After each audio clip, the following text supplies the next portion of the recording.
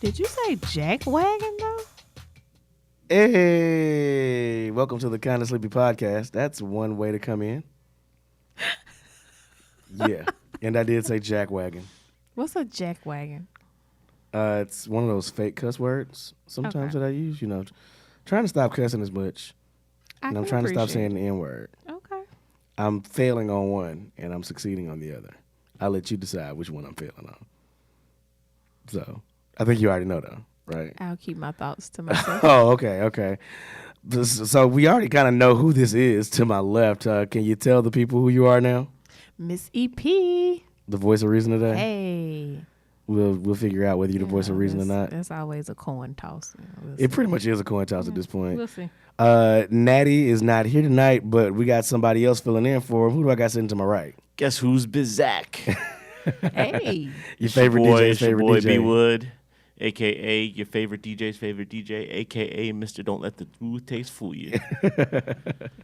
Welcome back, man. Glad to have you here Glad to be here. for the second and a half time. Second and a half. Yeah, 2.5, 2.5 times. So let's just jump right in, man. We're gonna jump right in with the foolishness. This has been a full week in tomfoolery. First of all, so I want to dedicate this episode to Kiki from Birmingham. She is a profile in faith and courage. As Kiki was, running from her past, essentially, and her past being literally like 30 seconds before her Facebook Live started. She let the friend that she was with know, who was running from the police, in the car while they was on Facebook Live, that God got us. Yeah. I'm sorry. I They tried. said you only need faith the Yeah, the size faith of a mustard seed.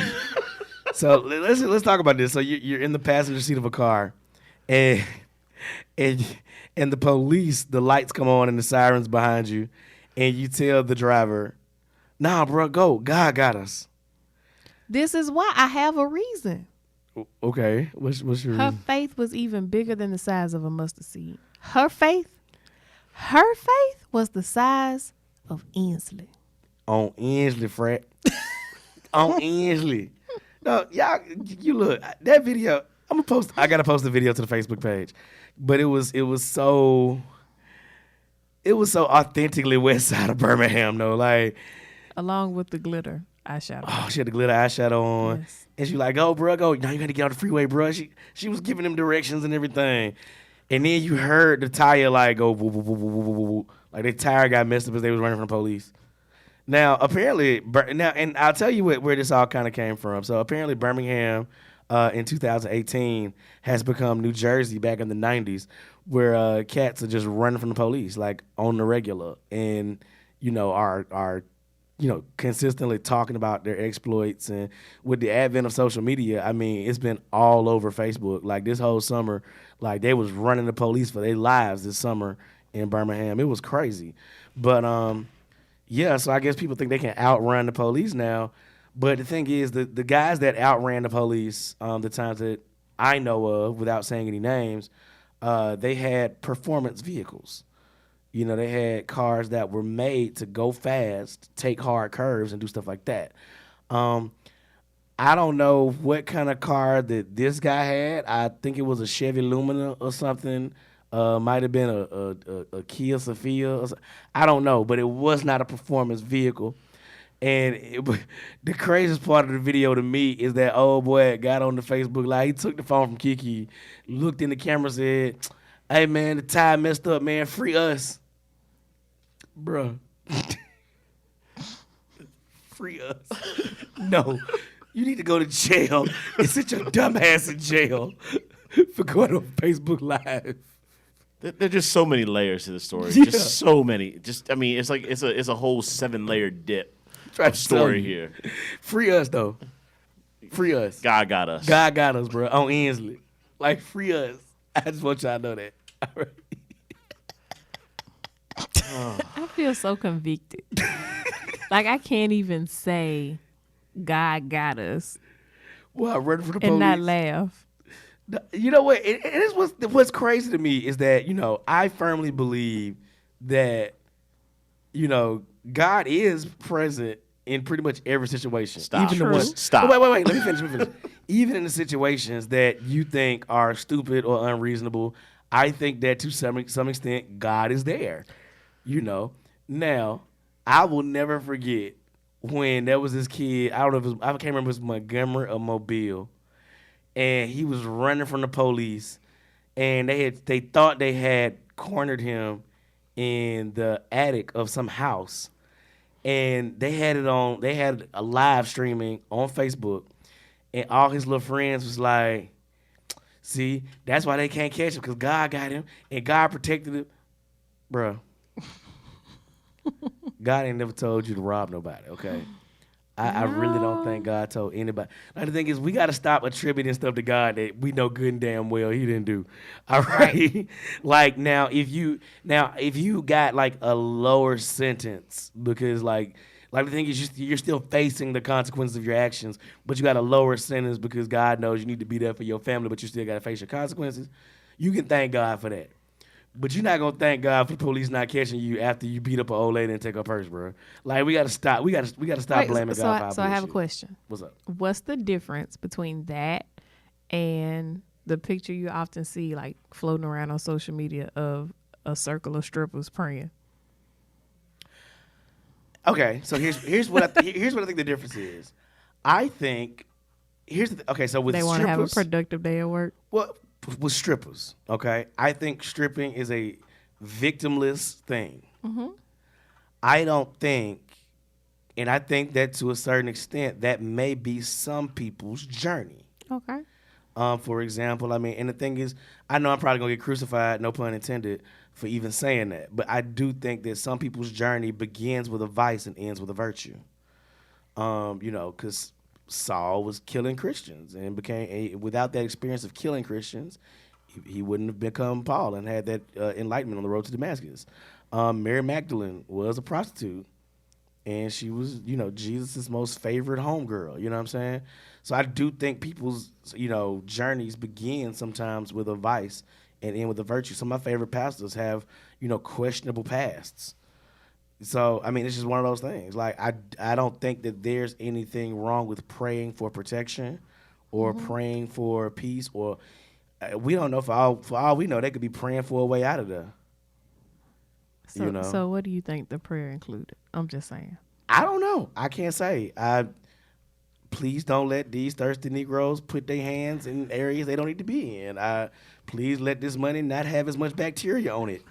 You know, I don't know. Don't let me twist my ankle tonight because You I know, can't 'cause- miss tomorrow night off work. I can't walk in these heels the way I need to. I don't know. I don't Them know. pole burns real. Yeah, pole burn. Yeah. Wait a When minute. You said that with way too much comfort. Who, me or me? You Wait. was way too comfortable saying, "Oh yeah, pole burn." I said it after you. He said it. I didn't say it. So, I mean, come on. Are you like? We was joking. You was like, "Oh yeah, pole burn." I was really. Are you familiar with pole burn? I Anyway? was taking into consideration the things that the strippers may have really been praying for. Okay, and I get that. Like okay, when I but- go to the top of the pole tonight to the ceiling, don't let me fall and like break my neck. and I get that. Yeah. Okay, so I have a question. Like, have you ever taken one of those pole fitness classes? No, You haven't. So how you know about pole burn, Missy P? I had a pole at one point, but I had to take it back. I don't think that's a conversation for the Kind of Sleepy podcast. Let's. No, it was just for personal, like, I don't. You know what? Yeah. I don't think our audience needs to know this. you know, I'm an open book. Like, I don't. and that's fine. But let's close that chapter. Well, All right, first, let's- no, let me clarify first before we close it. I was not doing performances or receiving funds. It was I would like to practice for my own personal appreciation of The art of. the art Pole of work. pole work. Yes, that was it. I can dig that. I got a Facebook friend who has always been like a creative person. Like since we were kids, like she's always been super creative. She's a model. She's a dancer. She's an actress. I mean, she's always been in those creative spaces. And she posted on Facebook, like she's a very slim young lady, and she posted her doing some like pole work exercises, and I was just amazed. I was Yeah, like, you see, got to be really like skilled and strong to do some of that stuff. True. Now, I would never post any videos though. That's just me. I got it. I can dig it. Well, I'm gonna segue. Like we have no segue for this. We're gonna slide We on gonna into the slide next. right into this ridiculous, stupid situation that happened, and I'm gonna read the entire story. So one of my favorite websites is the Griot. If you guys aren't familiar with the Griot, it's a page that has like all black news, like pretty much news for Black America. There are a couple of websites out there like that. I like the Griot, Very Smart Brothers, Black America Web, stuff like that. But the Griot tends to be my favorite because the Griot has its own voice in a lot of ways. The Root as well is another one because I like the voice of the Root, just like I like the voice of Very Smart Brothers. But one of the senior writers on the Griot shared a story recently, and I'm just gonna read the whole thing to you. So this is about an Airbnb situation that she had. So she began, I don't really rock with Airbnb after some of the stuff that's going on over the past year. And she acknowledges those things when she begins this. So here we go. Despite the critiques they've gotten from the black community over the last few years, I've always been a ride or die Airbnb fan and use their service on a monthly basis.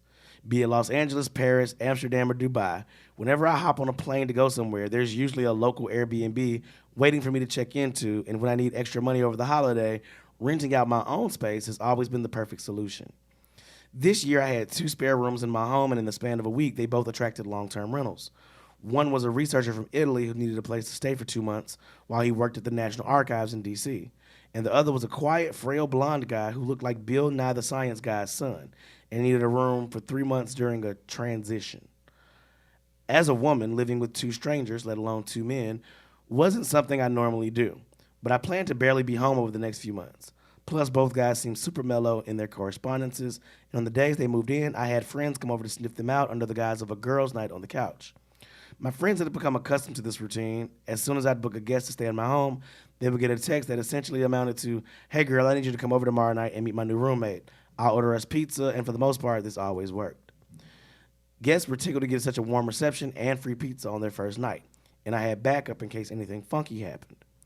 And for years, this routine went on without a hitch, until last Friday when the shit quite literally hit the fan. Friday morning, I caught a red eye from LA to DC and quietly tiptoed back into my home around 6 a.m.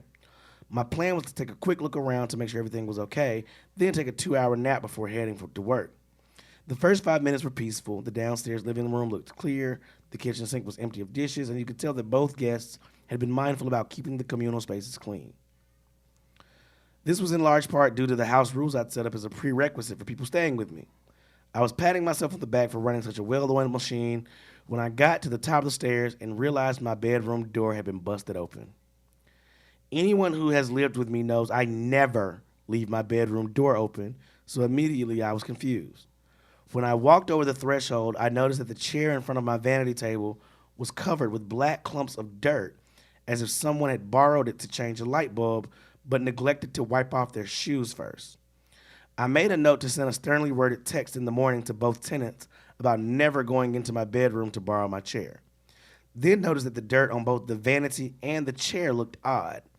Instead of being soft and grainy, dirt-like, it was wet and mushy. When I leaned over, I noticed something red and said to myself, "Wait, why does that look like an undigested kidney bean?" It was at that very second that I realized that what I was looking at wasn't soil at all because it was human feces. There were piles of it lying in clumps all over my bedroom floor. That's the point where I nearly lost it. From what I remember, I knocked on the door of the Italian researcher and without any pleasantries asked, "Did you go in my room?"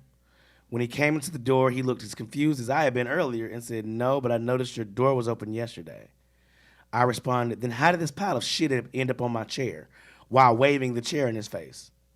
He looked at me like I was a mad woman as he ducked away from the caked up cushion and its one lone kidney bean. The horror on his face let me know he probably wasn't the culprit. Without saying a word, I stormed off downstairs to my basement bedroom with a confused Italian, whose name I'm withholding because he's been through enough, trailing behind me wearing nothing more than an oversized t-shirt. When I banged on the basement door and opened it to scream at Nick, my other guest, whose names I have no problems with sharing, His frail figure emerged from the darkness. Nick, do you have any idea why there are piles of shit all over my bedroom? Without skipping a beat, he nonchalantly said, "Oh no, I've done this before. I got drunk and blacked out." His admission hit me over the head like a ton of bricks because as a black person, I know for a fact I don't have the luxury of going to a white person's house and taking a dump all over their stuff without the threat of being called an N-word or even worse, getting shot and killed. That's just one of the many things on the list of black people know better than to even think about doing, very specifically because we are black. Now let me pause right here. Ms. EP, Yes. have you ever used Airbnb? No, I haven't. I have. I've used Airbnb a couple of times. I've used it in Atlanta. I've used it in DC, and I used it in New York. I don't know how. I mean, I'm not saying I wouldn't use it. I just don't know how comfortable I am. Like something about staying in someone's home, like especially when it's those situations like this where the person is like still there. You're just in a room like down the hall. I don't know how I feel about that. Yeah, my situations were that the people weren't there. Yeah, that's different. Yeah, so I've enjoyed my Airbnb experiences. I had this one Airbnb I had in Atlanta. I mean, it was like a high-rise loft. Man, that shit was sexy. I ain't gonna lie, it was, ooh.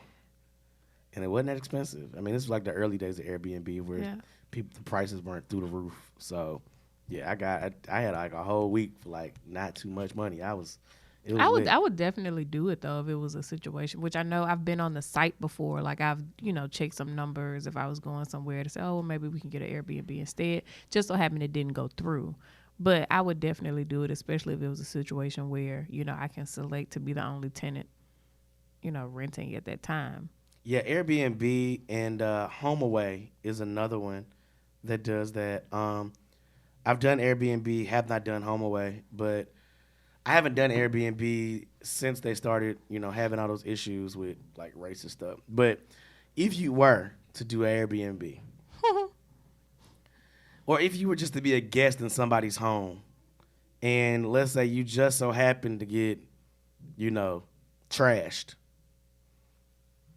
do you think you would ever, find it reasonable to go shitting in their room? Well, see, I don't like stories. I'll just be honest. I don't like stories like this. Why is that? Because I have questions, additional questions that I can't get answers to. So I'm going to share a very private, TMI moment. It's not about pooping, but no, seriously. Can I finish the story before you get... No, it's to answer the question. Oh, because we got to talk about what happened last night, too. And trash friends.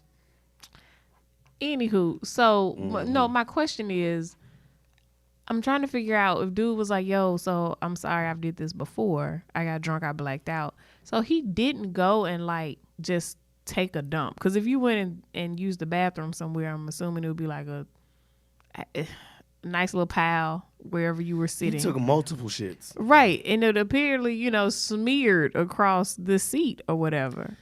Apparently, it was all over her room, according to her. It was on the table. It was on the chair. It was in various places in the room. Like, this dude literally, like, shit all over her room. That's what I'm saying. That's the thing. Like, you don't go and say, okay, well, I pushed out a little bit over here, and now I'm going to get up and walk over here and push out a little bit more. Like, he was just walking it was and something. Right. That didn't happen. Like, it's more to it than just, oops, I went and took a dump in your room by accident. I can remember being a little girl, maybe like, I don't know, 5 years old or so, and apparently I was asleep. And I woke up and I was completely out. Well, I was awoke, but not really. And I went to the trash can because I was kind of sleepwalking. I thought it was the toilet. So I went to pee in the trash can. You pulled a Troy from Crooklyn. That was me, yes. And when I saw that movie, I died because I was like, yo, I did the exact same thing when I was a little kid. But I was like 5. This is a grown-ass man who's saying he shitted. I ain't gonna lie. So the wildest thing I've ever seen somebody do while drunk. Now, I've done some pretty wild stuff while drunk. I can imagine. Okay. Go ahead. So the wildest thing I've ever seen somebody do while drunk, this is another story about Atlanta. I've had some fun times in Atlanta, by the way. But I was at this club. I was getting ready to go in, and I saw this young blonde woman. She was in the corner of the parking lot, and she was squatted down. And I noticed, like, I was like, I want to make sure she's okay. Like, she was obviously drunk because she was yelling, and her friend was like, "Oh my God, you're so fucking disgusting." Like, that's what her friend was saying. And so I wanted to make sure she was okay because they were yelling back and forth at each other. And so I started to make my way over there, and I got like in front of the cars, and she was literally squatted down in the corner on some grass, taking a shit with her dress up around her waist. And I saw her like 30 minutes later inside the club, and I was like, Wait, that heifer so nasty. she was back in the club. Yeah. That's so wrong. I was Now, like, I've you are had- so That is nasty. so wrong. Now, I I've never keep- had to do it. I've had homegirls that have done that. Like, we're leaving and they can't go. Like, you're about to go home. Now, I don't mind peeing outside. When they Like, if peed you gotta outside. Pee outside. That's one thing. I was in the Army. I peed plenty of strange places, okay? So, but the thing is, to take a dump in a club parking lot, you got to be a different type of individual to do that. What about the courtesy for the person who has to clean that up? ain't nobody cleaning it up. They gonna wait till it rain. That's the Lord's cleanup. Right, exactly. But no, so okay. So let me get back to the story. So, so he said that he blacked out, and she was like, "So keep on moving." So it took me a few minutes to realize that my guest from Italy was still standing in the living room, staring at me with bugged eyes as he tried to make sense of why there was a guy wiping up piles of poo upstairs, while his Airbnb host sat on the couch looking homicidal. "You can go to bed. None of this is your fault," I told him, then added, "Sorry for waving the poo in your face earlier," as he cautiously walked past me toward the stairs. "America is a strange place," he mumbled more to himself than me. When I regained my composure, I got up and found Nick in my room wiping up the turds on the floor with one of my T-shirts. Wait, Oh, hell no. wait. Yet again, I had to woo-saw away the urge to lay hands on him. When he was done, he got up, gave me a blank stare that eerily reminded me of church shooter Dylan Roof, then averted his eyes and slunk off without so much as an apology. That's when I went from being angry to being scared. I'd covered the Charleston Church Massacre and Parkland school shooting for work, so I have a reference for a lot of these young men, often referred to as incels, who commit these crimes after being labeled as frail, seemingly mild-mannered loners who appear harmless, but then emerge from the dark with rifles and start shooting at everyone. Nick fit that profile, and it even mentioned in passing that at 31 years old, he'd never had a girlfriend, which is a typical lived experience for incels. As I watched him retreat downstairs toward my basement, my adrenaline kicked in, and I quickly texted a friend that I was coming over while gathering the luggage I had just walked into the house with 30 minutes earlier. As soon as I heard Nick go to the bathroom, I ran out of my house and hopped into the Lyft I had waiting outside. I didn't realize just how scared I was until we safely drove away, and I noticed how hard my hands were shaking while I called Airbnb customer service. I told the operator that my guest had busted down my bedroom door, taken a dump on my vanity chair, left piles of feces all over my floor, wiped his stained hands all over my sheets and pillows, and then pulled out his penis and peed in my house slippers. Wait.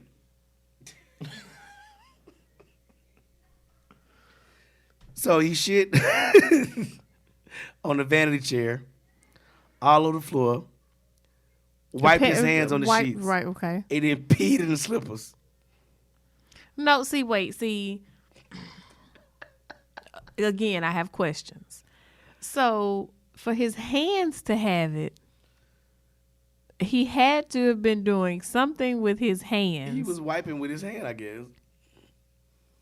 I don't know. Like, how do you? I hate to say it would have been better, but it would have been better if he just like wiped his butt with the sheet. I agree. But his hands, this kind of. So, she told the Airbnb customer service that she wasn't just upset at what he'd done, but also worried about his mental state. The rep seemed sympathetic at first, but when I told her I planned to call the police and have him removed from my home, she asked me to hold off and let Airbnb contact him instead. She said, "We may be able to peacefully resolve this matter and get him to leave on his own."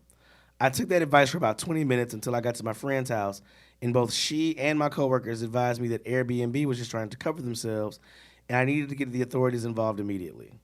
They were all proven correct, because for 3 hours, customer service gave me the runaround until I'd finally had enough and started writing about that morning's events on my social media accounts. and it very quickly made the rounds. Once my post got traction, I got an inbox message from the company's Twitter account asking for details so they could help expedite my complaint. After 4 hours, it seemed like Airbnb was finally working on my case in earnest, so my friend and I drove back to my house and called the police to meet us there. Coincidentally, we drove past the cop car just 1 block away from my home and figured he'd probably been dispatched to us and show up in a few minutes. Boy, were we wrong. It took that cop 45 minutes to drive the 1 block over from where he'd been parked. I wonder if we just interrupted his nap, my friend said as he stepped out of his car looking like he just finished Thanksgiving dinner. From the onset, I knew he wasn't taking me seriously. When we went into the house, he was gone for 5 minutes and came back actually smirking. Apparently the same Nick who had been glassy-eyed with me that morning had somehow morphed into Puss in Boots for the police, played victim, and gotten the cop to feel bad for him. All in those measly 5 minutes. He's really sorry, ma'am. He's so humiliated. I think the kid has a drinking problem and doesn't even remember shitting all over your room. All we have is your word for it. Plus, this isn't even illegal. That last part made me chime up and point out that defacing property is most definitely illegal and that he had already confessed. So we were past the if he did it point. The cop looked dejected and tried another tactic. He's harmless. While I was in there, I asked him what he would have done to you if you'd been in the room when he busted in. His response was, honestly, I don't know. That's when I told him, you're small, so she probably would have whooped your tail. The officer chuckled at his own joke as I stood there red-faced with my hands balled in a fist. Let me get this straight. A 31-year-old man just admits to you that he doesn't know what he would have done to me had I been peacefully sleeping in my own bed when he broke into my bedroom, and rather than be alarmed by that confession, your response by assuring him that I, the big black woman, probably would have been the bigger threat? On what planet is that not a problematic statement? In the end, the cop felt so bad for Nick that he didn't even escort him off my property and just left us all standing there on my front porch. So, let me skip a little bit forward. The way the police handled my situation felt like a second betrayal. It's by the grace of God that Nick didn't have a gun on him or turn violent after that cop drove off. As for Airbnb, after I had my own teary-eyed chat with the senior member of their solutions team, they agreed to pay me for the entirety of Nick's 3-month commitment, sent both me and my Italian guest to a hotel that night, and are paying for the cleaning crew that showed up and the replacement of all my shit-stained property. As for Nick, he was able to book a new Airbnb room within hours of this incident and is now staying with an unsuspecting soul who has no idea that he uses the bathroom in random places when he's drunk. Wow. Wow. Sham wow. My thoughts, I totally agree with. Actually, it was close to the very beginning when she said she quickly realized that she became upset after she thought about the fact that she wouldn't have the right to do that.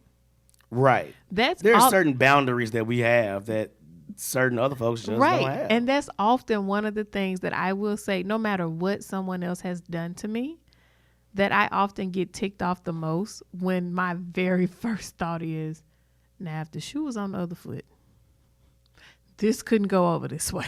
It couldn't, and it wouldn't. And that is what makes me really upset sometimes. I mean, I can agree with that completely. Like, I know, we always say, and I've said it a couple times on the show, that you can't always control what people do to you, but you can control how you react to it. And a lot of times for black people, perfectly justified reactions, understandable reactions, justifiable reactions are considered threats. Right. And they're things that we can't necessarily do or engage in. They're activities we can't engage in for fear that we may go from being the victim to the perpetrator. I mean, it's just stuff that we cannot do. Example, if I am violated by someone in a certain manner and they are of a certain socioeconomic status and a certain skin color and maybe even of a certain gender, if I, black man Chad, react in a completely understandable and what could honestly be considered a rational and justifiable way, my skin color a lot of times renders my reaction much more heinous than the action that was taken towards me. True. Example. Skinny white Brad from really nice suburban America can literally get in my face and call me all sorts of N-words and stuff like that because he has the right to, and freedom of speech and all that kind of stuff. Whatever. He has the right to. If I haul off and punch him in the face for it, I'm immediately wrong, and Brad will be the victim. And because I need to know how to handle myself better and how to not let words upset me. However, if I get in Brad's face and say something like, what you want to do, bitch, or something like that, and Brad from suburbia hauls off and hits me, it serves me right because I shouldn't be getting in people's faces. Accurate. That's the narrative. That's the constant, consistent narrative that we have in this country. That black people do not have the right to be victims. To be perfectly honest. That we do not have the right to victimhood when we are being victimized. That's crazy to me. Think about how many people tried to blame Botham Shamjan, who we'll talk about a little later, for his own death. Oh, the cop then became the victim. Amber Geiger became the victim. We'll talk about that. Matter of fact, let's jump into that now.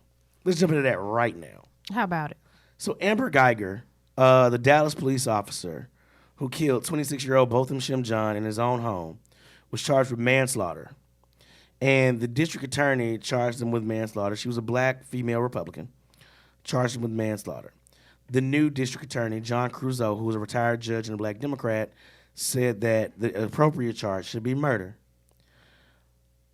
Amber Geiger was made out to be this victim after she killed Botham Shamjan unjustifiably in his own home. Botham Shamjan was villainized. Well, he shouldn't have left his apartment unlocked. Oh, they found an eighth of weed. If you go to every single suburban high school in this country, you're going to find probably at least a pound of weed in some of these white kids' lockers. So You're gonna find way worse than weed. You're going to find weed, Let's pills, just be honest about that. everything. So I just don't understand how Amber Geiger became the victim. And I always go back to raggedy-ass Betty Jo Shelby when she killed Terrence Crutcher. How she shot him in the back twice. And as he bled out, she cried. And nobody thought to put pressure on Terrence Crutcher's wounds or administer any kind of aid to him. They held her as she cried about killing a black man.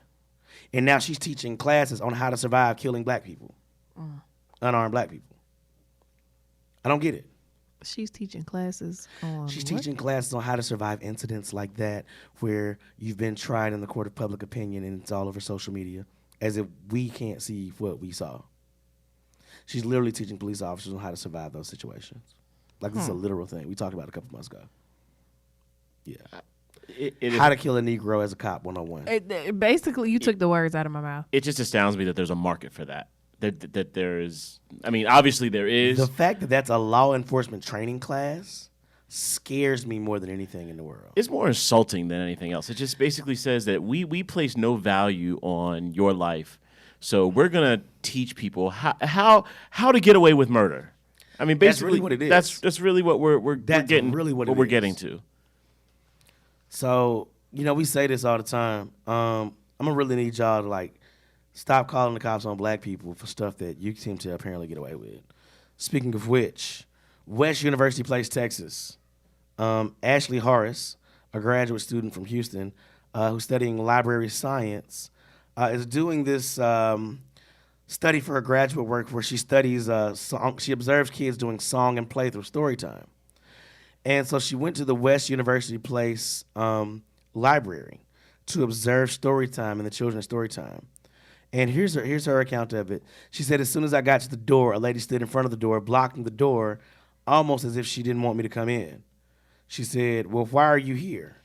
I said, I'm here for story time. Eventually, she got in and sat in the back of the room. A few minutes later, the same employee told her that the manager said she had to leave. She said, if you don't leave right now, I'm going to call the cops. And I was like, call the cops. What did I do? She's like, I'm going to call and tell them you're trespassing. 5 West University Place police officers responded to the library. After speaking with Horace and the manager, they told the grad student the manager has the right to ask whoever she wants to leave and said this appeared to be a misunderstanding. In audio from one of the officers' body cams, Horace explains the situation. She's making a big deal out of this. I didn't do anything. I didn't even get out of my chair. The officer said, I'm not going to cite you or anything like that. There's no criminal violation or anything like that, okay? I said, you know why you're doing this. If my skin wasn't brown, you wouldn't be doing this. And the lady looked shocked. So here's the justification they have for calling the police. Horace was asked to leave because she didn't have a child with her during story time. Even though that's not a written policy, they do consider it a best practice because they've had incidents where people have shown up to play with other people's kids. Here's what makes this even worse of a situation. This young lady had been to that branch of the library before. She'd applied to be a story assistant volunteer, so they knew her name and were familiar with her. So a woman who applied for a job there that you guys are familiar with, whose name you know, so which means you possibly know what her work is as far as grad school, comes to your library to observe story time. I completely understand trying to protect the children that are there for story time from people who could be possibly perverts or kidnappers to come in there just to play with kids. I completely understand that. But you just automatically call the police on this lady? Right. So here's my first question. It's a public library. So how is it trespassing on how do you trespass in a public library?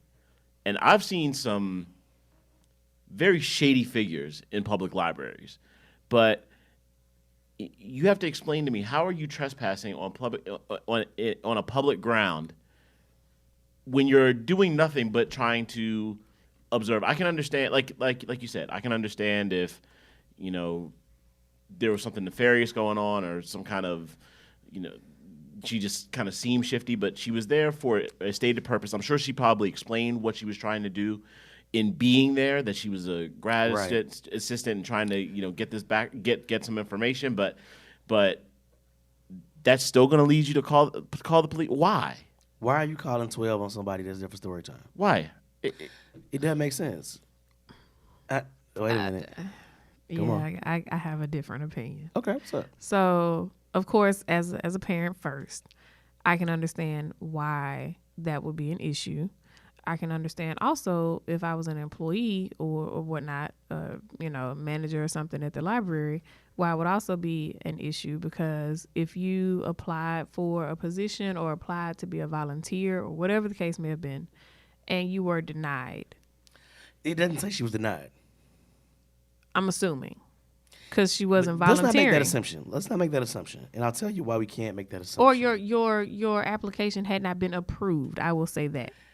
We don't know that either. Well, it hadn't been approved yet for her to be there. Here's what I'm going to say this. Here's what I'm going to say. Her graduate work literally is the study of children through story and playtime. Mm-hmm. So when you applied for this position, you undoubtedly, and if they know your name, and if they're familiar with you, you kind of undoubtedly had to kind of tell them why you were applying to be a story volunteer, because it's a real big part of why you're applying. True, but at the same time, so whether or not she got hired kind of is irrelevant at this point. No, because you have to have the parents' permission to come in and observe their children in that manner. Not in a public library. Okay, let me explain that. Let me explain why I say that. Let's say you and I take our daughters to a public park to play. Mm-hmm. And we notice somebody snapping pictures. Okay. Now, me being who I am, and I know you being the mama bear that you are, would undoubtedly confront this person snapping pictures of our children and ask them what the hell they're doing. It's technically not illegal, though. I can totally agree in that situation. That's an open place. Public library. It's a public, right. But it's an event that the public library is hosting in an enclosed space that they are responsible for. It's not like, oh, just come to the library, you do whatever you want to do when you go in the library. So, somebody may take a picture of you. No, you're coming to an event that is story time that is hosted by the library. And she was there for story time for academic purposes, which I'm pretty sure they knew. Let's be honest. I'm pretty sure they knew. I think it may have been a couple people that maybe somebody complained. Now, if that happened, that's even dumber to me. To a certain extent. Mm-hmm. Because at that point, if you're familiar with her and her work, why can't you tell the person complaining, oh, no, she's a researcher doing research on public library stuff, blah, blah, blah, blah. Because if you're familiar with her, you already know. Well, I think it's a CYA thing, now, because then you have to explain. Then it should be a written policy. Right, exactly. Now, I'm going to give you this information and see if this changes your viewpoint. This article came out a couple weeks ago. Every public library and YMCA in America is going to get Narcan for free. Do you know what Narcan is? Narcan is a drug, a narcotic, that is used to combat opioid-related overdoses. So anybody who's in the midst of an overdose or is suffering from an opioid-related threat of some sort can go to any public library or YMCA now and get Narcan. So you can't handle a young lady academically observing story time, but you're now going to be expected to handle somebody in the midst of an opioid incident seeking Narcan. How? Like, Exactly. I have questions. Exactly. Well, I have questions about that as its own separate, Well, you know why Narcan is acceptable because when it was the crack epidemic, it was lock them damn crackheads up. Right. Since it's opioids, let's We gotta be do something. compassionate and give out Narcan, and let's make Narcan available for free to everyone. It's a public health crisis. It's a public health crisis. Right. And so that's the lens I'm looking at this through. And we just talked about it. There are certain things that black people cannot do that our counterparts can. True. Now, speaking of that, let's stay in Texas for a second, because the library incident happened in Texas. University of Texas, San Antonio.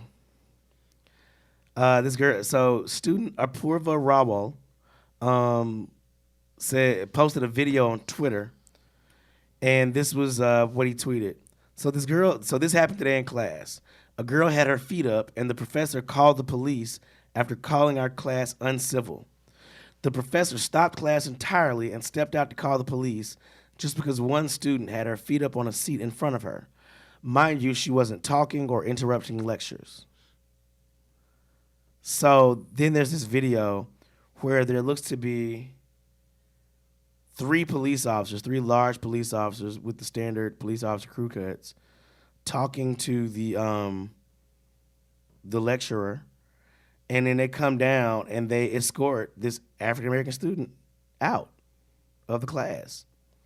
And the young lady who is Favorite Page, that's Page with 3 E's, says, "I never disobeyed the student code of conduct, not once. A police report is being filed at the moment. This is just the beginning." Yeah. So, this is just, I don't really understand. Like, how do you call the police on a quiet student with their feet up? I've seen some things in school that I just thought completely were outside the bounds of decorum in class. Right. This teacher could not have survived where I went to college, because this is so mundane. This is beyond the point of mundane. My question is, why do we feel that the first account of recourse that people have is to call the police? Why would that be your first instance?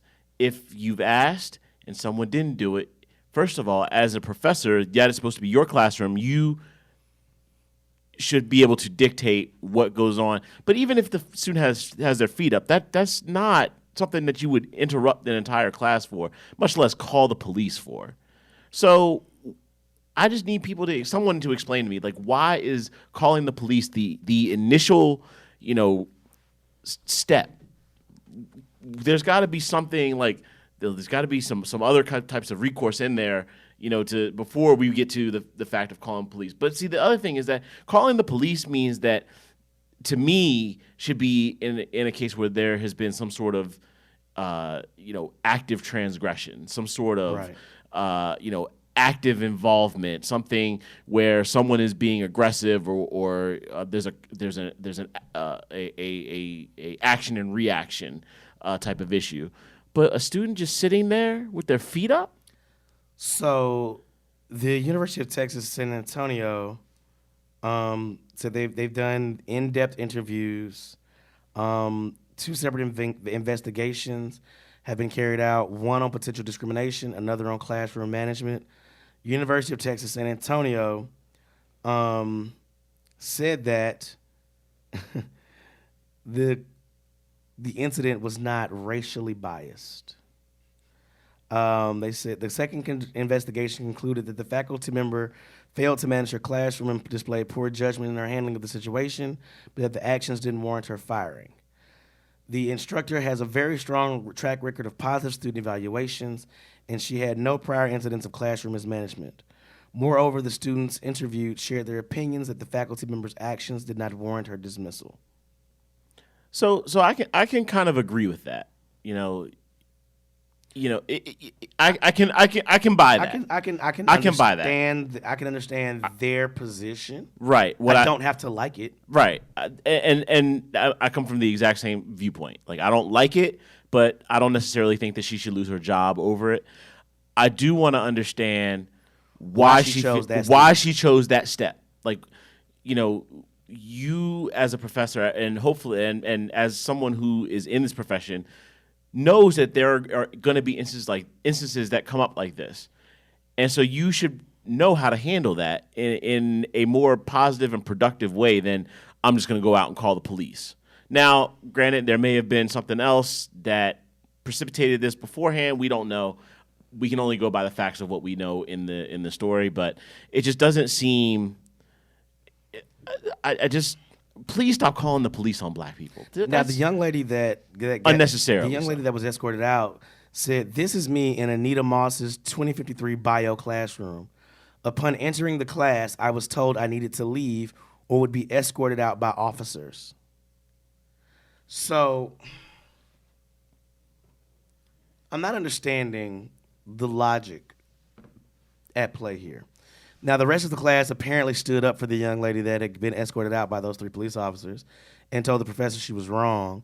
And a lot of people apparently even walked out with her. But at this point, I honestly feel like, especially in these situations, calling the police, you don't have the power to affect someone. But since you feel that law enforcement will automatically take your side, that is your source of power. That's your muscle to flex. I can call the police because police are on my side. And that's how I enforce my power on you. So check this out. I'm looking at her Twitter page right now, and she posted something. She said, "The last couple of days have brought a whirlwind of emotions. The support I have received, especially from my classmates, has been very encouraging for me. And I'm skipping a paragraph. She said, throughout these investigations, I've been repeatedly asked whether I believe the incident on Monday was based on racism. My answer is no. However, the investigations confirmed that my professor has struggled with misidentifying me with other students. My professor apologized to me today for her classroom reaction, and I apologize to her if my behavior appeared to be disruptive, unprofessional, or uncivil as a student. I am eager to move forward and put this behind me." I can respect her view that she doesn't think this was based on racism. One major red flag to me is that her professor has struggled with misidentifying her with other students. So here's my thought process. You can't say that she has a problem misidentifying me with other students and then say this wasn't based on racism at the same time. I take that back. You can say it's not based on racism. You can't say it's not based on prejudice. because you are not the student, I guess, that she had a problem with. You just so happened to be some other young black student that was minding their business that she would have called the police on anyway if it was the correct person. So again, stop calling the police on black people for existing. And here's why. The next story tells us why. Nothing we do, even the right way, lessens our existence as a threat. In Robbins, Illinois, witnesses said a Midlothian police officer responding to a shooting inside a South suburban bar shot the wrong person early Sunday morning. After security asked a group of drunken men to leave Manny's Blue Room bar around 4 a.m., witnesses say somebody came back with a gun and opened fire. Security returned fire, and according to witnesses, 26-year-old armed security guard Jamel Roberson apprehended one of the men involved. He had somebody on the ground with his knee in his back, with his gun in his back, like, don't move. Soon after, witnesses said an officer responding to the scene fired at Roberson, killing him. Everyone was screaming out, security. He was a security guard. And they did their job. This is witness Adam Harris said. They did their job and saw a black man with a gun and basically killed him. Authorities were releasing very few details Sunday night. 4 other people, including the suspected shooter, sustained non-life-threatening injuries. A spokeswoman for the Cook County Sheriff's Office said Robertson had a valid ID but did not have a concealed carry license. So, yeah. The whole good guy with the gun thing is what we constantly hear a lot of times from my fellow Second Amendment supporters. I'm very aware, though, as a concealed carry holder and a gun owner, and as a person who carries their firearm consistently, that there's just certain shit I can't do. I don't have the right to be a good guy with a gun. When I took my concealed carry class, Dan Starks, who teaches a very excellent concealed carry class here in Charlotte, said, to be perfectly honest, I would advise that, my people of color in the room not open carry. You're going to be treated differently as a person of color with a gun than your white, classmates here. It's a fact. Mm-hmm. It's true. And the white people in the room, they kind of look like, why is he saying this? Or, wait, is that true? And all the black people in the room kind of looked at each other like, well, yeah, we know. I mean, it's kind of a fact. We don't have the right to be a good guy with a gun. We don't, honestly, any black person that open carries, to me, sometimes is asking for the wrong type of attention. It sounds messed up to say, but it's the reality of the thing. They did an open carry experiment on YouTube, and they've done these a couple times, where you'll have a white guy walking down the street with an AR-15 strapped to his back. The police will politely approach them, talk to them, ask them about, different things. The white guy will be able to stand there and give his reasons and cite different laws and stuff like that. And, it's kind of like when they get pulled over and they're able to say, well, I don't believe this. Yeah, and able to talk to the police, say, this is an unlawful stop. The Supreme Court has said you can't do these checkpoints, and bark at the police. And then the second half of that video is way shorter than the first half of the video because the black guy tries doing this same thing, walking down the street with AR-15. 3 police cars pull up, they pop out, guns trained on him, and tell him to get down on the ground with his arms out to the side. Mm. I mean, these are the things that we cannot do. This guy was doing his job. He protected and defended people and was holding this guy for the police to get there, and they show up and kill him. Right. So, first of all, where's the NRA? Our good friends at the NRA, right? I mean, this is their lane, right? This is where they're supposed to. Oh, I'm sorry. We've seen this. We've seen this before. We would never expect to hear anything from them about this because, they'll just, we've had people who have been very open about the fact that they're open carry and that they have, a Second Amendment right and have been shot in their cars during a stop. Rest in peace, Philando. So, Philando Castile, shout out to you, rest in peace. But, the thing about it is, this is where if they had any sort of integrity or any sort of moral guidance, they would step out and say, this is wrong. They would take a stand, but we all know what game is being played there. What upsets me most about the NRA is that their primary black spokesperson, I won't call him a token. I don't want to call him a token. I hate calling him a token specifically. But their primary black spokesperson, this young, I guess, he would be considered traditionally attractive, very intelligent, very well-educated black man, Colin Noir, continues to shield for them while we're getting shot. Now, I do give him respect for speaking up and questioning why his employer did not fight for Philando Castile.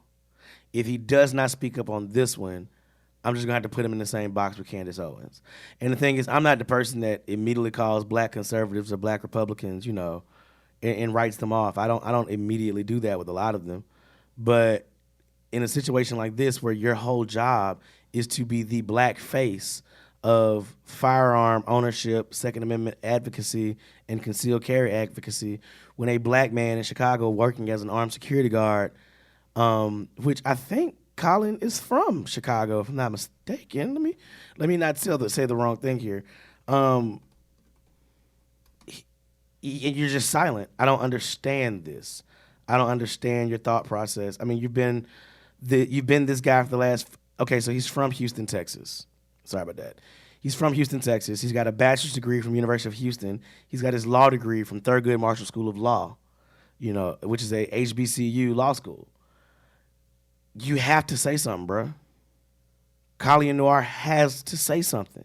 You have to say something. Like, you can't. It hurts. It hurts for him not to say something given the platform that he has. I mean, you have over 74 million views on YouTube. You've got over 595,000 subscribers to your channel. And it's even more than that now because these numbers came out January 2018. You're the most prominent black commentator for the NRA. You got to say something, bro. I'm not going to hold my breath.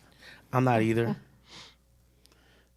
But I mean, it just continues to enforce the narrative that many people out there don't want to seem to believe or accept that there's two sets of rules that we play by. There's your set of rules and our set of rules, and they are not equal. So let's talk about those rules even more. Detroit activists, and I just found out about this story. I did not realize that this had been going on for a while now. Detroit activist Suwatu Salamara, I hope I pronounced that right, is a 26-year-old co-director of the Detroit-based East Michigan Environmental Action Council. In 2017, she brandished an unloaded registered firearm to stop an attack on her and her family. She and her supporters and a lot of people have said it's a clear act of self-defense. She was convicted of felonious assault and a firearm charge. The judge denied her request to be released during her appeal. And her lawyer and herself, filed an appeal to the Michigan Court of Appeals. The reason that judge, Donald Knapp Jr., said that she could not be released during her appeal was because she was a threat to the community. The Court of Appeals then asked that judge to clarify and articulate on the record why she poses a clear, danger to the community. The appeals court stated that Knapp needed to articulate on the record why the defendant did not establish by clear and conviction evidence that she does not pose a danger to other persons. Conviction of the crime alone is not a sufficient basis. So you can't just be convicted of a crime and then be called a threat to the community. So, two things here. I think if this young lady was not Muslim, I think that she would probably be free. I think if this young lady was not black and Muslim, she would probably be free, and she may not have even been convicted. She gave birth to her child while in prison. Wow. When I heard that she gave birth to her child while in prison, when I heard the story about what happened with her, and I actually had to kind of go looking for this story. Like, this story wasn't one that was plastered over most of our news. It hurt me to not know about it. I mean, this is a beautiful sister. Like, she's a beautiful, progressive, young sister who's doing stuff for her community, doing positive things for her community, and defending her family with a properly registered firearm. We do everything we're asked to do, and we turn around and get crucified for it.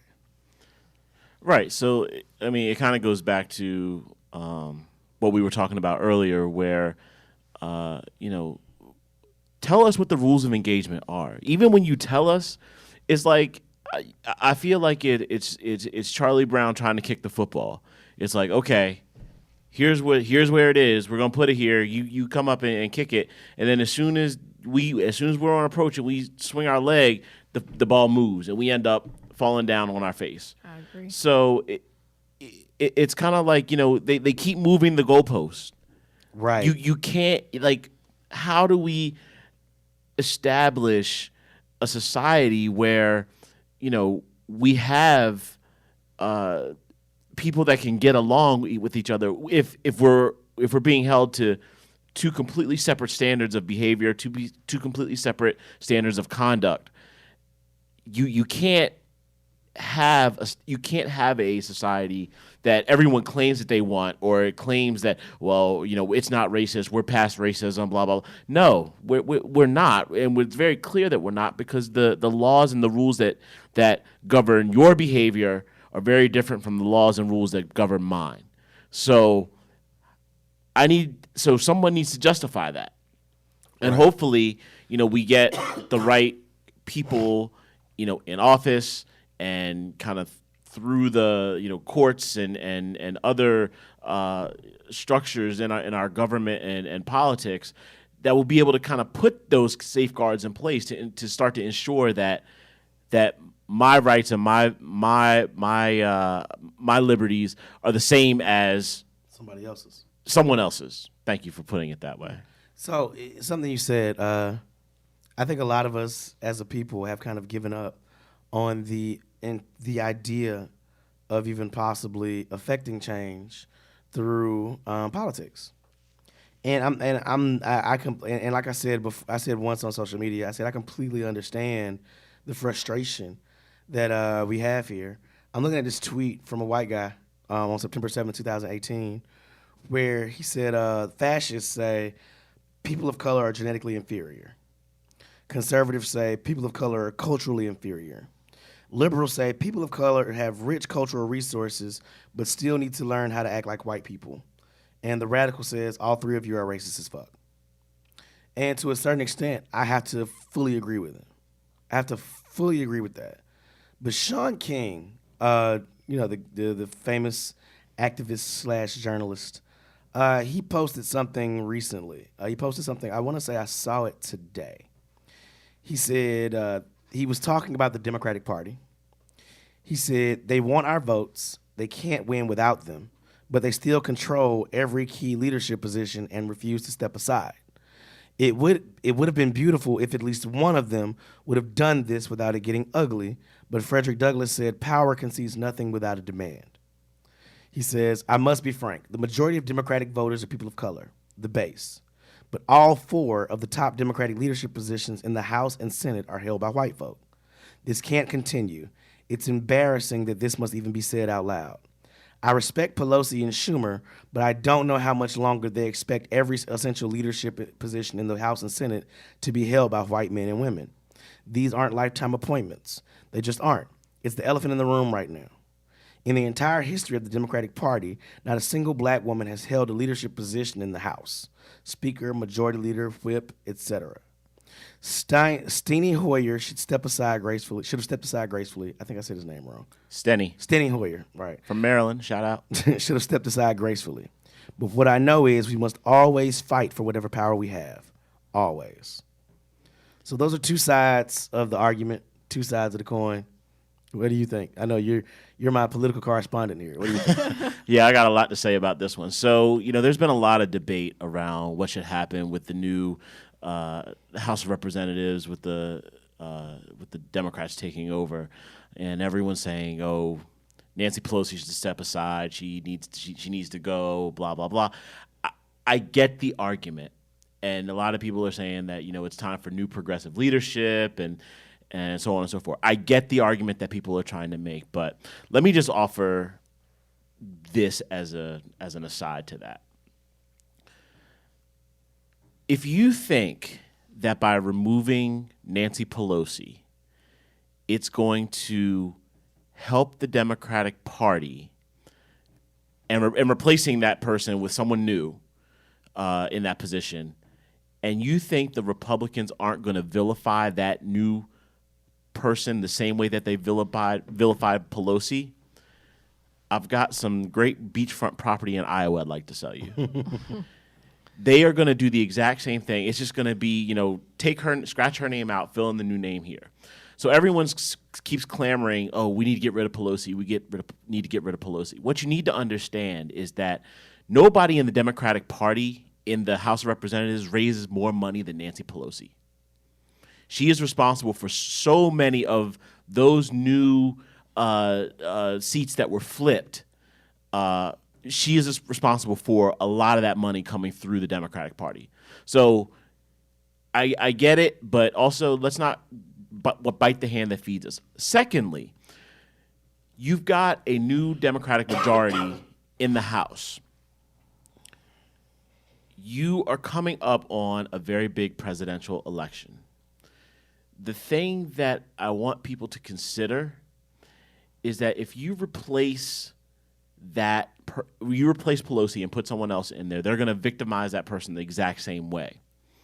You need to keep as many of those House seats intact. And so my argument is let her be the heavy. Like, she's already got the taint. Everybody doesn't like her. Pause on that. But everybody already, doesn't like her. So you just let her be the heavy and let her take all the gunfire. That way you keep all those other seats in the House sort of free from that broad brush that they're trying to paint them with. So you need to keep those seats. So she comes from a reliably Democratic district in a reliably Democratic state. And see, okay, so here's my thing. I think that we're very aware that the Republican Party is going to vilify whoever is in the front. Mm-hmm. I think that Nancy Pelosi needs to step down gracefully and help from the back. Because I don't think Nancy Pelosi has the, to use a word that one of my political friends used, the chutzpah to move forward the Democratic agenda in any way, shape, form, or fashion. I think that she does not have the guts to do it. I think that she's already prepared to roll over to a certain extent. And we've said this on the show. I said, the Democratic Party has been trying to fight a junkyard dog using ASPCA rules, like they said in The Siege. They're bringing flowers to a gunfight. And she said basically pretty much the same night that they won the majority in the House, that, pretty much that she was looking to, be much more conciliatory than what is required at this point. You cannot have a civil discussion or have a civil agreement with people who don't understand or even are interested in civility. Right. I say we. I'm not a Democrat. I'm not a Republican. I'm literally an independent with liberal leanings. But I think that if the Democratic Party is going to move forward, they need somebody at the helm right now that's a warrior. You have two types of leaders. You have leaders who lead in war, and you have leaders who lead in peace. Nancy Pelosi is not a wartime leader, and right now this country is fighting for its soul. You can't have somebody at the helm. Okay, so with this new election, right, you elected a bunch of lions to the House. I think that a bunch of sheep led by a lion will always beat a bunch of lions led by a sheep. If you cannot have that mindset trickle down throughout the entirety of the people that you are leading, then you will not win. So if you have a sheep at the head, which is Nancy Pelosi, with a bunch of lions behind her, if eventually she's either going to look like food or that you're going to lose the war. So I don't necessarily agree with the lion and sheep analogy. The reason being is that Nancy Pelosi is very shrewd. She's not the most vocal. She's not the most, what I would consider, aggressive in her approach. But she is very shrewd in how she does things. Let's not forget that the reason that the Affordable Health Care Act passed is because of Nancy Pelosi. That is major Democratic legislation that was passed under her watch. Now, yes, she kind of bumbled it at certain stages, but she still got it through, got it passed with approval from both sides of the aisle. So she's very shrewd. She knows what she's doing. I get like we automatically want to say this is our chance to kind of put from a Democratic point of view to really get out there and put some of these new progressive leanings or progressive ideals forward.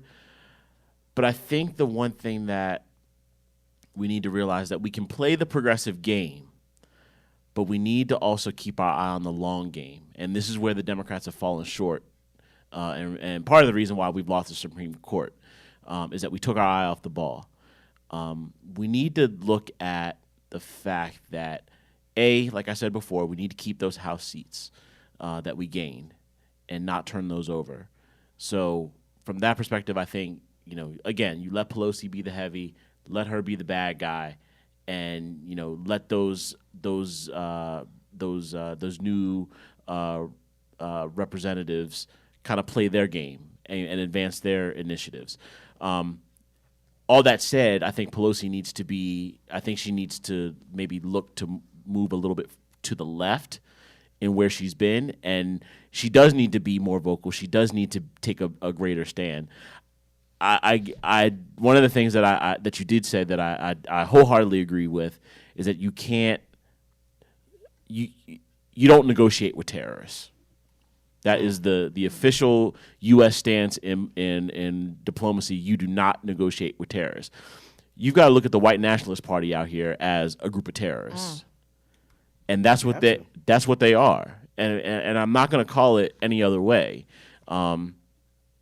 They have utilized terrorist tactics in advancing their agenda. They have basically hijacked our democracy, and you see this, every day with, I know we're going to talk about y'all's president. We're going to talk about, but you look at, turtle face McConnell. I can't stand his ass. He looks like anyway. Yeah, let's not go there. Let's not go there. But you look at the tactics that he's used, and he has purposely stonewalled any legislation, Democratic legislation coming through. You look at what they're trying to do now with the Mueller investigation. They want to provide protections for Robert Mueller to at least finish the investigation that he's already started. Now you've seen that your president has tried to insert his lackey as the attorney general, which is the constitutionality of which is under question right now. So what this guy's agenda is to try to basically starve Mueller's investigation. So the natural thing would be to say, okay, we're just going to let this guy, we're going to provide the protection to get this guy to finish his report. And there's bipartisan support for that legislation. But you've got McConnell who refuses to bring it to a vote in the Senate because, well, we all know why. Right. He's trash. So these are terrorist type tactics. He trash, his mama trash, and his cousin trash, his daddy trash. Just a whole line of trash. Just a dumpster fire on his whole side of the family. Legacy of trash. Just a whole big incineration of garbage. It's a clusterfuck inside a dumpster fire. That's what. That might be the most beautiful way I've heard that put, but But that's what we're dealing with, right? So you need somebody in leadership who's going to step up and confront that, right? And so, you know, if it's Yeah, I don't think she's the Schumer person to do it. and Pelosi, that may be true, but like I have more said, faith in but her I than I like, do. but like I said, I think you've got to play the politics out, and that's where the story gets murky. So you kind of look at the politics and the landscape. There's some other things that are there that kind of suggest that maybe she might be the person to, at least for this cycle, to stay in leadership. And hopefully at some point you get to a point where things stabilize enough where she can step aside gracefully. But right now, I don't think that that's necessarily the time. Yeah, I don't have much faith in her because Trump is looking forward to working with her, as he said. Speaking of y'all president, y'all ragged ass president lost a court case to CNN, which I know is probably burning up his soul. Jim Acosta was banned from the White House, and y'all lying ass cousin Kellyanne Conway decided to come on TV and say, "Oh, that video isn't altered; it's sped up. They do it all the time in sports." Nope. Shut your dumb ass up. I'm so tired of her. Like, meth head Barbie has got to stop. Like, she has got to be stopped. Like, There's no stopping. somebody like, for real. Like, we got to start treating her like Wale treat Tammy Loren, whatever the girl name is. Tommy Tamisha- Loren? Tamisha. Yeah. Yeah. Tampico. What's her name? I couldn't tell you. Tallulah Loren. Is that her name? I don't know. Loren. Is that ever? Please stop. Lauren? Loren. Bueller. Man, finish the story, man. But yeah, you know what? I really want to start a Twitter account just to troll Tommy Shaka Khan. I really want Thought you was about to tell my tummy gun. Go ahead. I really want to start a Twitter account just to troll her. No. Actually, we have a Kind of Sleepy Twitter account. We should troll her on the Kind of Sleepy Twitter account. No. Why not? Sorry. I'm sensitive about my shit. Anyway, moving quite along. When they go low, we don't kick them. When they go low, we Well, pee I have a on 'em. question. Just, and it may be something that's completely, of course it's hypothetical, but I want both of your opinions on it. Mm-hmm. I don't get too much into politics. I used to be crazy about it. When I first started college, my major was political science. I was all about law. I wanted to be a lawyer. Yeah. I did not know your major was political science. Well, I kept it as a minor, but I changed and went public relations. So you went from 10 whore to Reese Pfeiffer. I did. You're so silly. But I keep up with politics enough to have a pulse on it.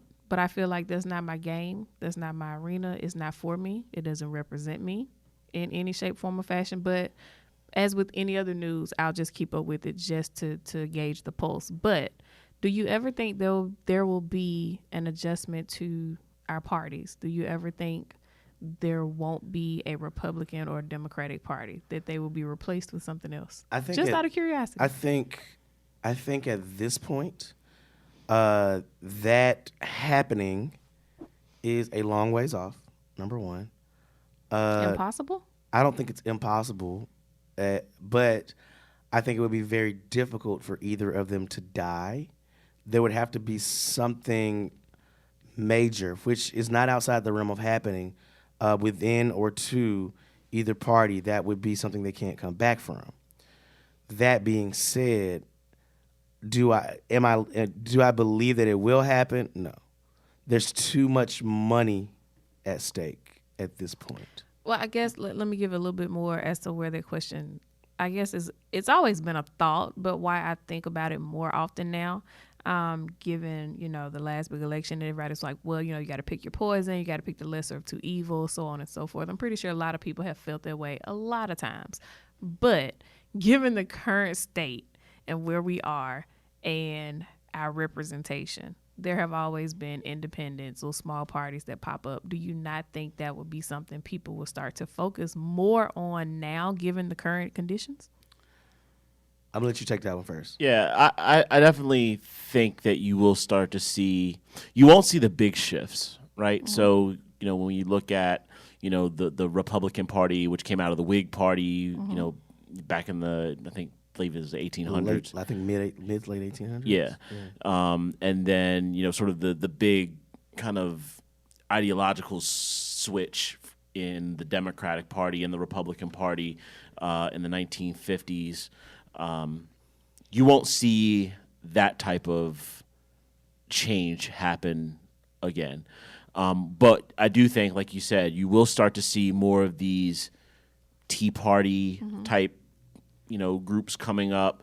More of these kind of, I hesitate to call them fringe because they're not really fringe. They're just kind of sects. I'll let's call it sects within certain parties start to spring up, and you'll see more a greater frequency of those. They'll still be a part of either the Democratic side or the Republican side, but you'll start to see some of these Tea Party type deals, or Democratic Socialists is I think the new thing now with some of these new representatives going into Congress, being labeled as Democratic Socialists. You'll start to see some more of that prevail through our politics. Okay. As far as I'm concerned, I think that if there were to be a new political party, it would need to start on a local level. I think that the city that we're in, Charlotte, is the perfect place for something like that to start and grow out of for a couple of reasons. I mean, literally right now would be the perfect time to start one. Right. We're a post-election era where a lot of people are both disappointed and excited on both sides. The Republican National Convention is coming here in 2020, which would mean, is it 2020? Yeah. Which would make for a major challenge to them and be a great platform to get visibility during their convention, which if the platform is properly articulated, you could actually siphon some folks and some support from that. The city is growing. There's money coming in the city literally daily. All the banks are here, which means, if you make enough noise, you can actually get political contributions, albeit through soft money, from banks. True. A lot of new commerce, more donors. There's a lot of old money in Charlotte. So the special interests just within Charlotte alone make it a very, very viable place for the right type of political party to start, whether that party be conservative, liberal, or centrist. So I would love to see an alternative party sprout up in this area, and it actually could. I mean, the conditions for that right now, just when we think, and literally this just came to mind probably like as you were formulating your question. It just came to mind just now when I was thinking about it. I think it should happen. Now, do I have the wherewithal and the desire to start one? Hell no. Right. Hell no. I got skeletons. That's all I'm gonna say. Skeletons. All right. No, nigga, no. No. Your extracurricular activities have been well documented. Yeah, exactly. And I don't need nothing popping up out of my pack. Nope. Y'all got it. So I like the thought of it. I definitely think that there should be more serious political parties popping up. Like, and when I say serious, we always have the Republican, Democrat, but then every once in a while you get a Green Party or a Libertarian or something like that. I would love to see some development come out of those parties, but right now the thing that you have, I think, in order for that to happen, and I was actually listening to a podcast about this a couple of days ago. I think in order for that to happen, you'd have to have, and for that party to be able to thrive in the political environment that we have today, we would need some serious structural reforms to how we conduct our elections and how our political process is moderated. There's several things that would need to happen that would make it a more level playing field for a third party or another party to come in and actually have a chance of winning. Because right now they basically just stand out there as upsetters or disruptors in the process. It's like they're just going to siphon votes from one side or the other. But there are some things that you could do in terms of how our elections are conducted, how our elections are financed, how our elections are, kind of run, that would make a difference in the viability of some of those types of parties. I can dig it. All right, so we got one more story. I'm a veteran. Veterans Day was last week. And there's a problem that's been going on in the military that has been going on, pretty much as long as women have been allowed in the military, and that's the ridiculously high numbers of sexual assaults and rapes that occur within the military. And there was one incident that just happened down in Texas where it says a National Guardsman attempted to rape a female colleague at a West Texas motel. Luis Carlos Ontiveros was arrested and charged with sexual assault just after 4 a.m. Monday, which is in Alpine, Texas, which is 70 miles from the border with Mexico. Mr. Ontiveros looks like he did not pass his weight and tape requirements for the Army. At that, just being clear about this. So I'm not sure of why he was actually still allowed to be in the National Guard. That's neither here nor there. So here's what happened. The woman told an officer that she and several other people had been drinking at a hotel room, which has been identified as the America's Best Value Inn on the east side of town. She said they'd been drinking in a hotel room. When she threw up, Ontiveros offered to accompany her back to her room. Once she got in bed, Ontiveros told her that if she did not wake up, he was going to kiss her, then took off her clothes and touched her inappropriately.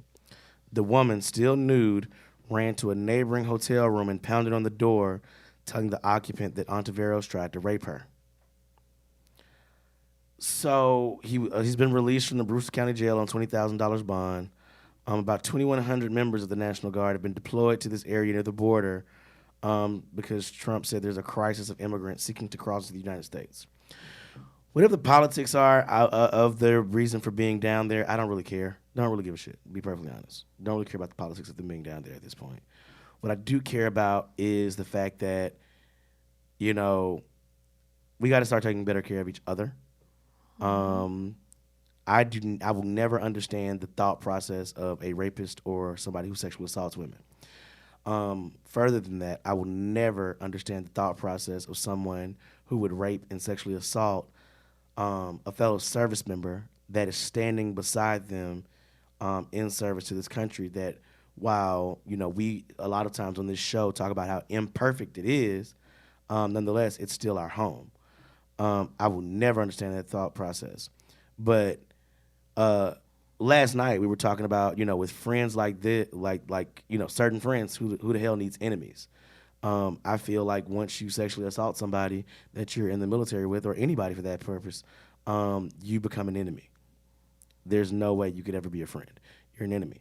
So hope this young lady gets justice. Hope this case, goes through the proper channels in both the civilian and military authorities, because they are subjected to the UCMJ, which is a different set of laws that the military is governed by, the Universal Code of Military Justice, which sometimes is actually more effective than our civilian courts are.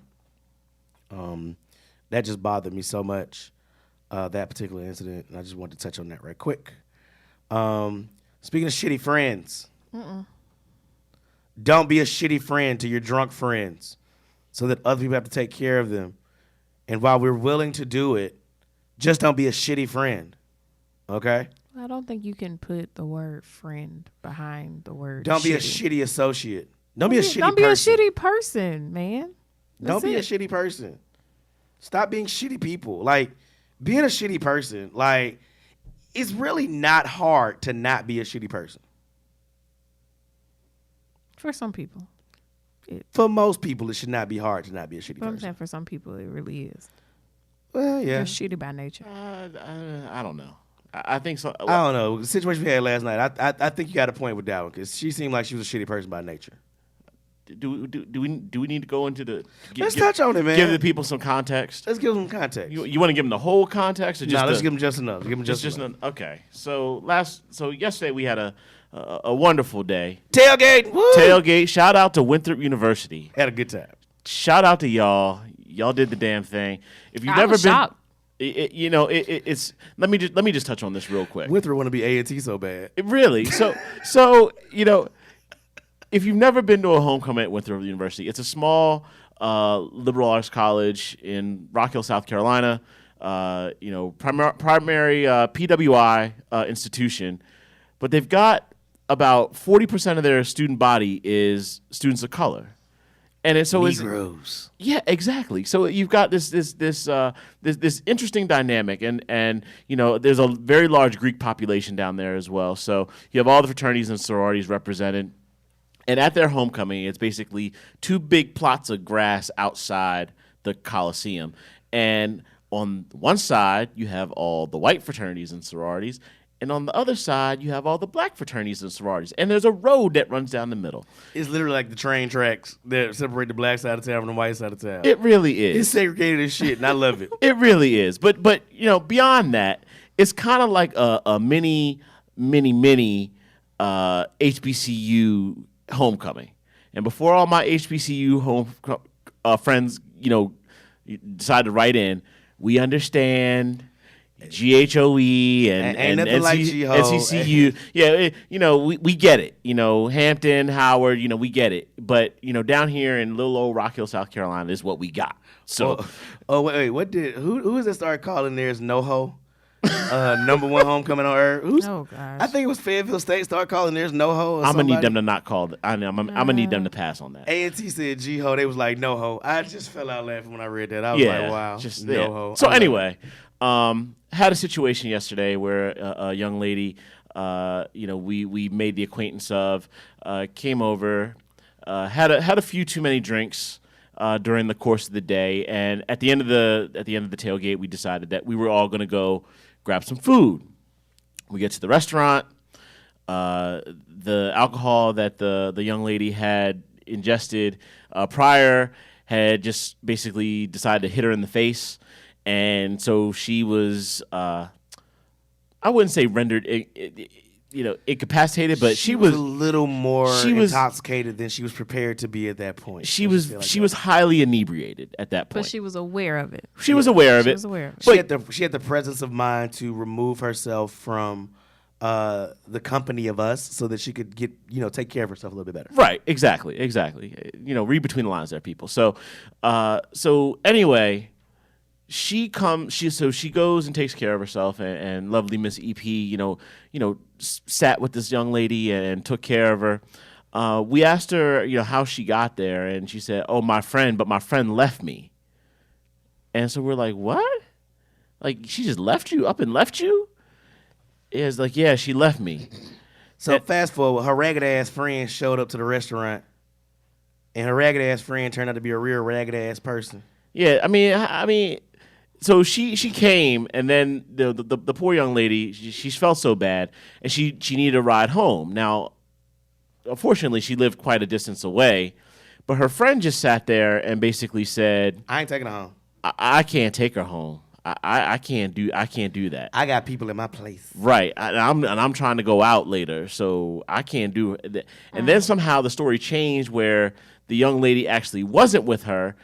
She was left there, and then kind of I don't know, like the young lady's mother. Yeah, background story was, I think initially her mother brought her to homecoming, and maybe her mother stayed out there for a while, at the tailgate, and then left under the impression that, well, I'm with my quote unquote friend. I'll get home later either by her or I'll get Lyft, right? So she's probably thinking, I'm with my friend, who she told me, by the way, she met at church. Praise Jesus. She said she met her at church, so I guess she figured she was a good Christian woman. Be a shitty person at church. Man. She said, I guess she figured. Oh man, I know you're not asking that question. Yeah, I guess she figured, I met her at church. She's good people, she's a good person to hang out with. She'll look out for me. And wrong. No. So basically, long story short, the young lady's friend basically says, I can't take her home. I got stuff to do. I got people coming over. Now, here's the killing part to me. If she was a soror, I might take her home. But, she's not even a soror. So it takes somebody to be in your sorority for you not to be a shitty person to them. Oh, okay. And she questioned that. So as her sister, I feel like, do the rest of your sisters know this? I was gonna say something very Yeah. BGLO, politically incorrect. All I said is make pledging great again. Yikes. I don't know about that. Yeah, we're gonna leave that one alone. Though. Oh yeah, we don't leave that out there. But Before the district director called me, right, like, what no, you say? we don't need those problems. We don't need those problems. But anyway, so basically, what ended up happening to kind of resolve the story is that we had, a decent, upstanding brother who went out of his way Yes. to he take did. this young lady home. And when I say out of the way, I mean completely Like the other side. like of, the like, other Hold on. side of The of other the thing city. that you two were not privy to, she was going to go ahead and get Uber or Lyft, whichever one it was. Because at first she was like, oh man, it's going to be like a $70-something ride. And I was like, don't do that. And she was like, no, I mean, it's fine. It's how, I don't have an issue with that. Oh, instead of the table, I asked her friend. I was like, does she have Uber money? No, she was fine. She was good on, spending the money for it. But she had the phone out in her hand, and your bro reached over and pressed the cancel button and was like, I told you I was going to take you home and make sure you got home okay. Cancel it. And he reached over in her phone and he canceled. That's a good dude. That's man. a good He dude. really is, man, and I mean that is a brother's brother. I'm gonna buy him a drink tomorrow. Yeah, I'm a Not too many though, because I can't take his ass home. You're wrong for that. You petty he can put him back too. You can't put him away. He can't put him away, but again, Just we don't just be a shitty person. Don't be a shitty person.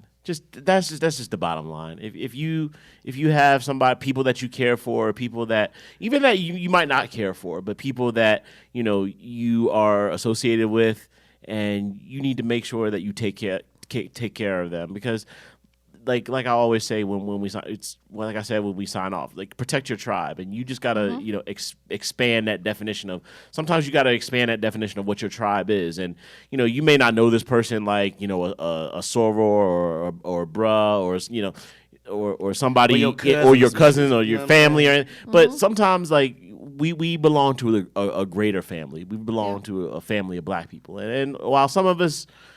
And I take that very seriously. Kanye don't necessarily fit into that mold right now. All skin folk ain't kinfolk, but Thank Facts. you. Facts. So, but yeah, let's just make sure that we look out for each other when we can.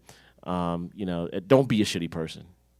No, I told her like when I first met her, she was, a bit more sober and aware of what was going on. And we just had a cool conversation. And she was like, I just knew it was something about you that I liked, you're so cool, yada, yada, yada. And we exchanged numbers. And I was like, she's good people, right? Mm-hmm. And so afterwards, when she was, completely by herself and she was feeling bad about, feeling like, I just met you and I don't want you to feel burdened with having to, look after me and so on and so forth. And I was like, well, I feel like nothing happens coincidentally.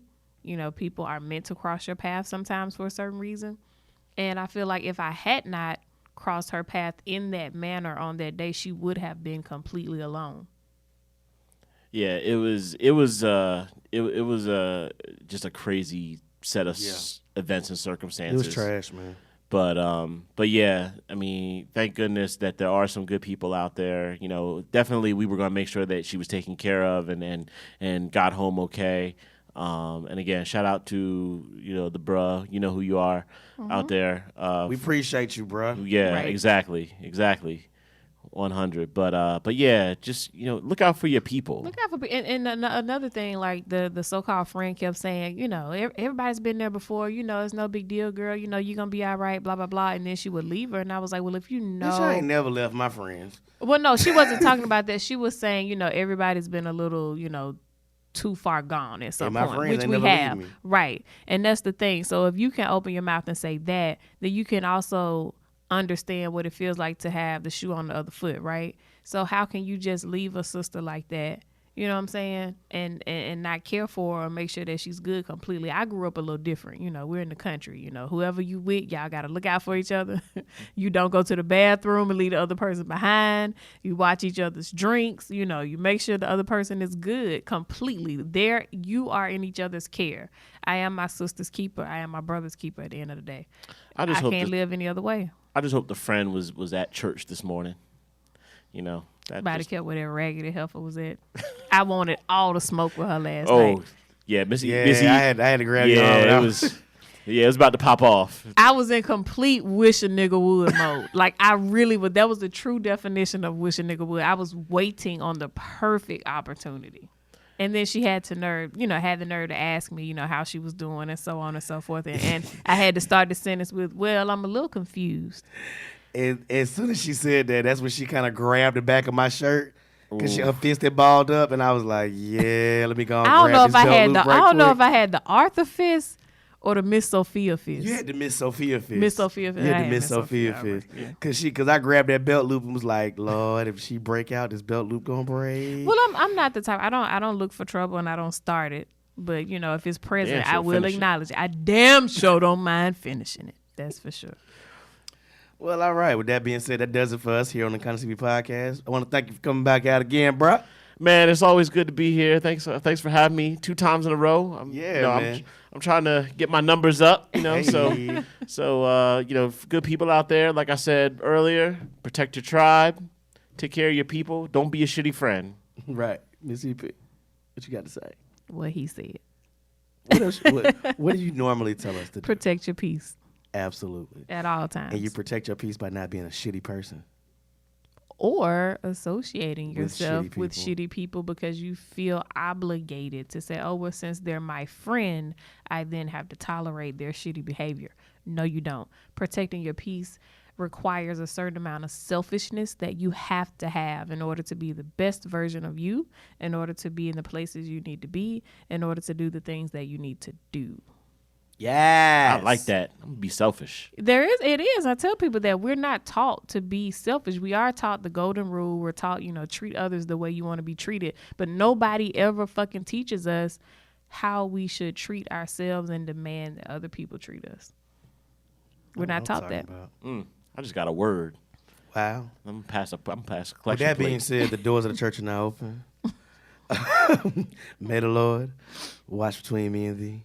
May Wow, we His peace Be with you till we meet. again. Had to do the Michael McDonald You're a version. whole fool. Had to do the Michael McDonald But version. you know what? That's all right. Last note from Miss EP. Uh-huh. Don't ever forget, no matter what the circumstances are, God got us. On Inslee, Fred. On Inslee. On Inslee. Man, that's all I gotta say, man. On Inslee. God got us, man. Duh, God got us, man. On Inslee, bro. We ain't gonna make it. We go. When she said that. Ty fucked up. Shout out to Kiki. She answered all Drake questions. She did. Yes, she did. does No, love she us. didn't. She You does trash love as hell. us. Go She ahead. does love us. She loves us by going live in that moment. And yes, she is riding, and she will even give directions. Bad ones, but Bad directions. Ty fucked up. I'm gonna go watch that again. Oh, another thing. Before we get out of here, I just want to say that we're going to see the early preview of Creed 2, that comes out this weekend with Michael B. Jordan. So make sure we go support Michael B. Jordan. No, he does not dislike black women, despite what people keep saying about him. He also said that he could beat Roy Jones Jr. in a fight right now. I think I could beat Roy Jones Jr. in a fight right now. Bruh, I'm gonna tell you like this. You run up on Roy Jones Jr., who at one point was the best pound-for-pound boxer in the world. He's probably lost a step, but that's a step that neither one of us ever had. Fair enough. So y'all keep fucking around if you want to. Roy Jones gonna just walk around and start knocking people out. This the nigga that produced the song, I Smoke, I Drink, I'm supposed to stop, but I can't. All right? Y'all better quit sleeping on Roy Jones. I'm a lover, Can not a I fighter. have anyway. a side note comment. What's that? So, I'm convinced that Kirk Franklin and Plies are siblings. All right, that's gonna do it. Wait, for here, wait, the hold on, wait. podcast. And I'm convinced. Miss EP done ran the whole Wait, fuck out. Hold on. Right. And Roy Jones is their cousin. They all make music. Want to thank y'all for They all listening to us here at the Country Podcast. They Miss EP favor. is drunk. No, I'm not. They favor. That's Favor. what your grandmama say. Come here, I can tell you some kin. They favor. That's your Favor ain't cousin. fair. That's gonna do it for us here at the Country God got Podcast. us. God got us on Inslee. Peace. We'll check y'all next week. Bye bye.